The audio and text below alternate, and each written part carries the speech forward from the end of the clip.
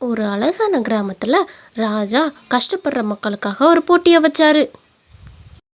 சேனாதிபதி, எப்பவுமே நம்ம போட்டி நடத்துவோம்ல, அது மாதிரி தான் இப்பவும் வைக்க போறோம். போய் ஊருக்குள்ள நல்லா கஷ்டப்படுற 3 பேரா பார்த்து கூட்டிட்டு வா. இந்த போட்டியை பத்தி சொல்லியும் கூட்டிட்டு வா, புரியுதா? ராஜா காவலாளி காதுல ரகசியமா சொன்னாரு. நீ அவங்கள உன்னால முடிஞ்ச அளவுக்கு பயமுறுத்து. அவங்க அப்படியும் அந்த காட்டை கடந்து வந்தாங்கன்னா அவங்களுக்கு தான் அந்த பரிசு. உன்னால முடிஞ்ச வரைக்கும் பயமுறுத்து போ. இங்கே பாருங்கப்பா, நீங்கள் 3 பேரும் அந்த காட்டை கடந்து வரணும். அப்போ தான் ராஜா பரிசு தருவார். யார் முதல்ல கடந்து வரீங்களோ அவங்களுக்கு தான் பரிசு. அப்படின்னு சேனாதிபதி 3 பேரை கூட்டிட்டு வந்து போட்டியில கலந்துக்க விட்டாரு. அந்த பரிசை நான் கட்டாயம் வாங்கிடுவேன். நீங்கள் 2 பேரும் வீட்டுக்கு போங்க. அந்த பரிசு எனக்கு தான். இப்போவே ஓடி போயிருங்க. போட்டி தொடங்குச்சு. 3 பேரும் காட்டுக்குள்ள ஓடிட்டு இருந்தாங்க. அப்ப இருக்க 2 பேர் மட்டும் ஓடிட்டாங்க. பின்னாடி இருக்கவே நின்றுட்டு இருந்தான். அந்த சைடு போகாத, புலி இருக்கு. உனக்கு உன் உயிர் முக்கியமா இல்லை போட்டி முக்கியமா? இங்கிருந்து மரியாதையா ஓடி போயிரு. அந்த காட்டுக்கு நீ போனேன்னா அந்த புலி உன்னை அடிச்சு சாப்பிட்ரும். வேர்க்கனே அவங்க 2 பேர்த்தையுமே அடிச்சு சாப்பிட்ருக்கும். உன்னையும் அடிச்சு சாப்பிடணுமா? இங்கேருந்து ஓடிரு. என்னது, காட்டுக்குள்ள புலி இருக்கா? அட பாவீங்களா, புலி இருக்க காட்டா பார்த்து தான் போட்டி வைப்பீங்களா?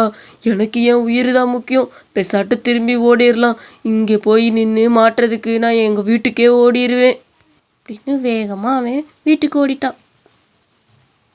அடுத்து போய் வேற காட்டுல நின்று பயமுறுத்த போனான். நில்லு. அட, யார் இது என்ன நிப்பாட்ட சொன்னது? அடுத்த காட்டில் பேய் இருக்குது. இங்கே எப்படியே ஓடிரு. அங்கே போனேன்னா அந்த பேய் உன்னையும் அடிச்சு போட்டுரும். அப்புறம் நீ உயிரோடையே பிழைக்க முடியாது. உனக்கு உன் உயிர் முக்கியமா இல்லை இந்த போட்டி முக்கியமான்னு நீ ஏன் முடிவு பண்ணு. காசுக்கு ஆசைப்பட்டு உயிரை விட்டுறாத.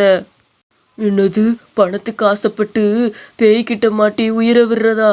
ஐயோ, நான் போல. நான் இப்படியே ஓடிடுறேன். அவனும் ஓடிட்டான். அடுத்த காட்டுல தண்ணிக்குள்ள நீச்சல் அடிச்சு போகணும். நில்லு. அந்த தண்ணிக்குள்ள இறங்காத. இறங்குனேனா நிறைய முதல்ல இருக்கு. அந்த முதல்ல உன்னை கடிச்சு தின்றும். ஒழுங்கா ஓடிரு இங்கிருந்து. அவன் எதையுமே காதுல வாங்கிக்காம நீச்சல் அடிச்சு அந்த சைடு போனான். அட, என்ன இவன் நம்ம சொல்ல போயிட்டானே. அவ்வளோ தைரியமா இவனுக்கு? பரவாயில்லையே, இவன் தான் போட்டியில் ஜெயிப்பான்னு நினைக்கிறேன். போட்டியும் முடிஞ்சிச்சு. பரவாயில்லையப்பா, நாங்கள் அவ்வளோ திட்டம் போட்டும் நீ இப்படி ஜெயிச்சிட்டியே. எப்படி உன்னால் இது முடிஞ்சிச்சு? ராஜா, நான் எவ்வளவோ என்கிட்ட சொல்லி போட்டியிலேருந்து ஜெயிக்க விடாமல் பண்ணேன். ஆனால் இவன் எதையுமே காது கொடுக்கவே இல்லை.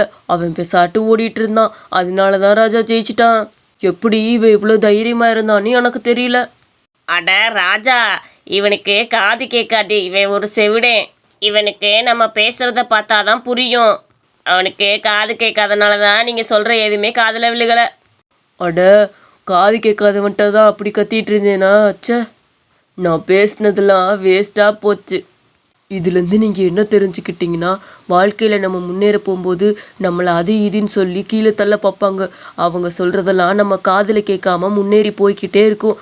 அப்போ தான் இவனை மாதிரி நம்மளும் ஜெயிக்க முடியும். புரியுதா? இந்தாப்பா உன்னோட பொன் காசு.